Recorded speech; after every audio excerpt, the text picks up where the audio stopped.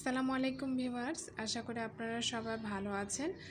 আবারও আমি আপনাদের সঙ্গে একটি বেবি পায়জামার এমব্রয়ডারি কাজ নিয়ে আসলাম।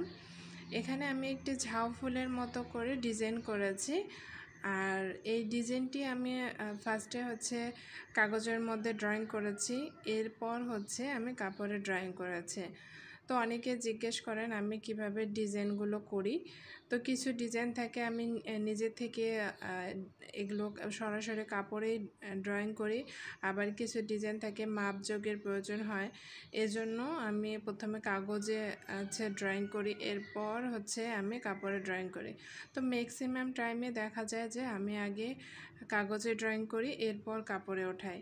তাহলে যে ডিজাইনটি আমি দিতে চাচ্ছি মাপযোগটা সুন্দরভাবে আসে। দেখা যায় যে কাপড়ে সরাসরি যখন ডিজাইন ওঠাই তো তখন কিছু ছোট বড় বা ডিজাইনটি ভালো হয় আসে না। তো এই জন্য আমি ফার্স্টে আগে কাগজে আঁকি, তারপর কাপড়ে আঁকি।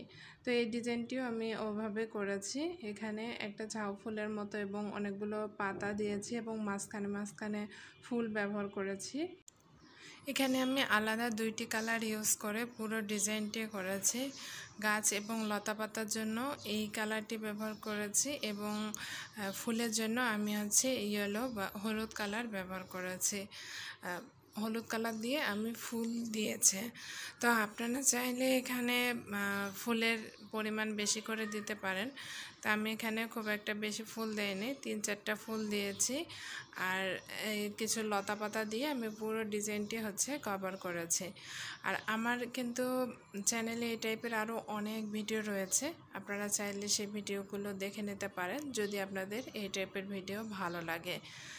আর এখানে আমি শুরুতেই সরি বলে নিচ্ছি, কারণ আমি এখন যে ভিডিওটি দেখাচ্ছি এটি আসলে আমি রিলসের জন্য ভিডিওটি রেকর্ড করেছিলাম।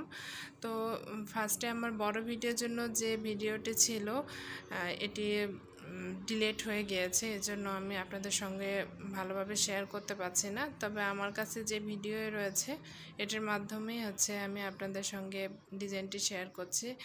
আশা করি আপনারা বুঝতে পারবেন। আসলে আমার ওই ভিডিওটি ডিলিট হয়ে যাওয়ার কারণে আমি ভালোভাবে আপনাদের সঙ্গে প্রেজেন্ট করতে পারছি না।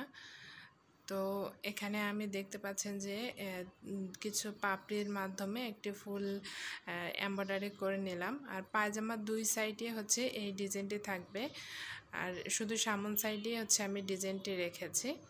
তো কষ্ট করে আমার ভিডিওটি দেখার জন্য আপনাদেরকে অসংখ্য ধন্যবাদ। ভালো থাকবেন। আসসালামু আলাইকুম।